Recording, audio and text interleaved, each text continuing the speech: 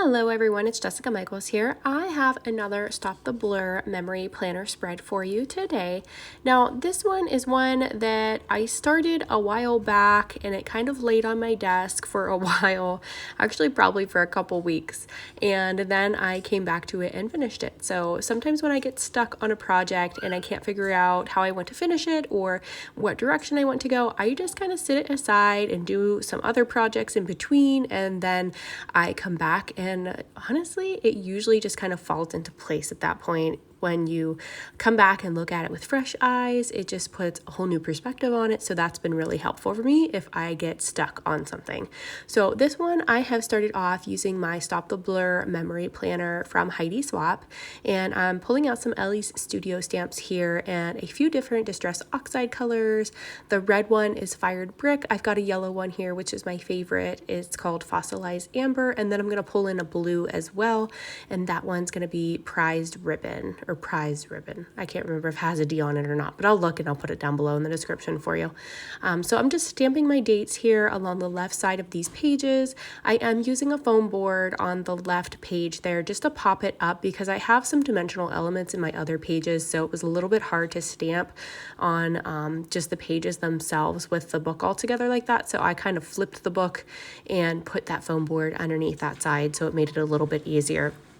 I've got this little cute Heidi Swapp stamp set that's kind of like key tags with little keys, and originally I thought I was going to put it on yellow and it would look really cool to match my yellow color in my stamp, but I ended up not doing yellow and just sticking with black and white and using some blue and red as my accents on it. So this one comes with a coordinating die set that you can stamp your little keys and your little key fob here, and then you can cut it out with the coordinating die on your manual die cutting machine. So that's what I am doing today, and I'm just going to stamp a little phrase. I'm kind of doing a red, white, and yellow theme, which is kind of weird, but it works. I've seen yellow mixed in with red, white, and blue before in different summery kind of collections, and this kind of spread here has a lot of red in it because we had gotten a whole case of strawberries from friends of ours because the one store that they shop at had over-ordered strawberries by the truckload, and they had a super abundance that were going to go bad, so they ended up having to just basically give them away by the cases. So we were lucky enough to get a whole entire case of these strawberries, and I'm like, oh my gosh, what am I going to do with so many strawberries? I guess I could freeze them. My kids love to eat frozen fruit, so I froze some of those, and they had been able to eat frozen strawberries and blueberries that we already had to kind of mix together, and they loved those. But at the time, I still had a ton of strawberries still left after even freezing a couple quarts. So I ended up making some strawberry shortcakes that week, and then I also ended up making strawberry pie filling. Now, if you guys know our family, you know that we love to go camping, and one of our favorite things to eat when we camp is mountain pies. So that's when you have a little pie iron and you cook basically these little like pie sandwiches, or you can fill them with pizza or ham and cheese, and you cook them over the fire. So that's just our favorite thing to do when we're camping. And I thought, you know what? I love strawberry pie filling. I'm usually buying it. I'm going to make my own. And that's the first time that I've ever really tried really like deep canning and actually canning myself. I've canned things like jalapenos and done a couple things here and there, but nothing this involved as far as actually like cooking something and really preserving it very well. So this was a little bit of an experience, but it turned out so good, and 10 out of 10 would definitely do it again. I absolutely loved it. It made quite a bit for us, and I ended up sharing some with family, and they absolutely loved it too. So it was definitely a hit and something I would do again. As far as this memory planner spread goes here, I've done some stamping there and some journaling you can see on that first day. That first day, I think that was some pictures of my little girl in my husband's truck. My husband actually forgot his keys and his key fob that he uses as security access for work that day. So that was a picture of her wearing his key card on her neck there. And I snapped a couple photos saying, "Yes, Daddy, it's here. You forgot it." So that's what that day was. And then this next day, I have backed the strawberry photo with my favorite 49 Market stripey black and white paper. And I'm going to do a little bit of journaling there just to tell the story of where we got all the strawberries from. And I'm going to stamp around that with another stamp from my stash here.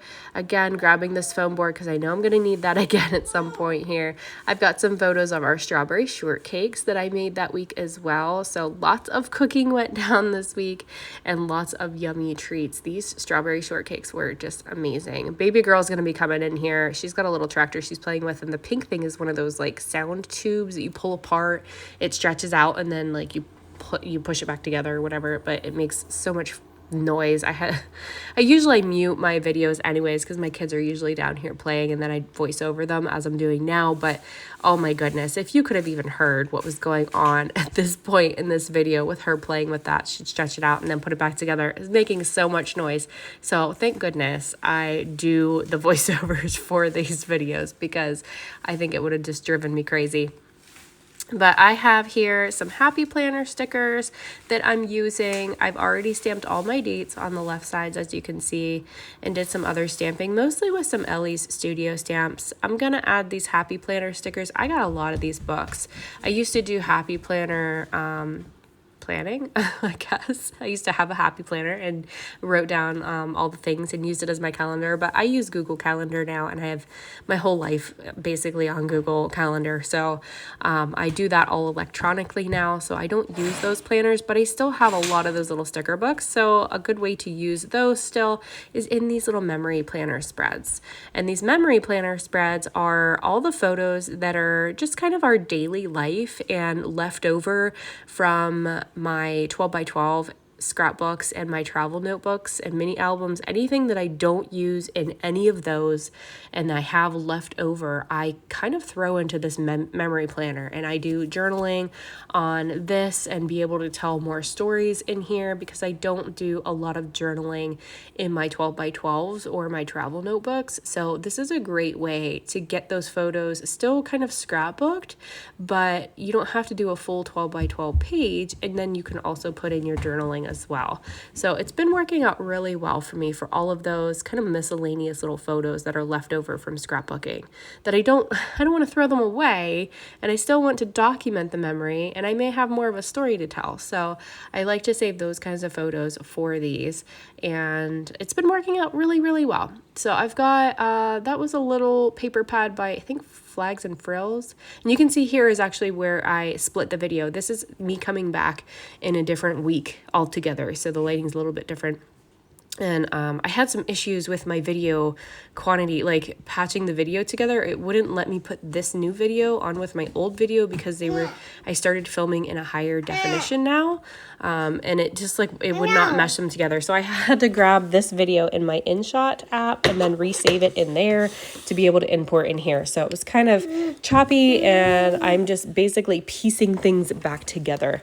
This little fabric star is so stinking adorable. It's actually from an older Not Just for Boys Kit Club kit.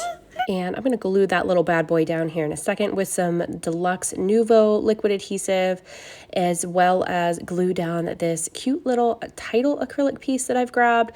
This is one from my stash. It was from a while back by Color Cast Designs. It's one of my absolute favorites. I just think it's so sweet. The color's perfect, and it just went perfectly with this layout where I'm talking about the little strawberries and all my canning adventures here. So that was just perfect to use on this spread. It does make my pages a little bit thicker and harder to stamp on the other side, but that's where that foam board kind of helps out and comes in handy, so I'm not too worried about it. Now this stamp here was giving me a lot of trouble. Now I probably should have put that foam board on this side, and that may have helped, but I have an issue with shallow stamps. So this stamp set is a beautiful stamp set. It's by, I think it's called Archer and Olive, and I love their stamps and their products, but this stamp set is just very shallow. It's not cut very deep, so I'm kind of a hard stamper, and that stamp there, along with what I'm going to do at the very bottom of this page, which you'll see here in a second,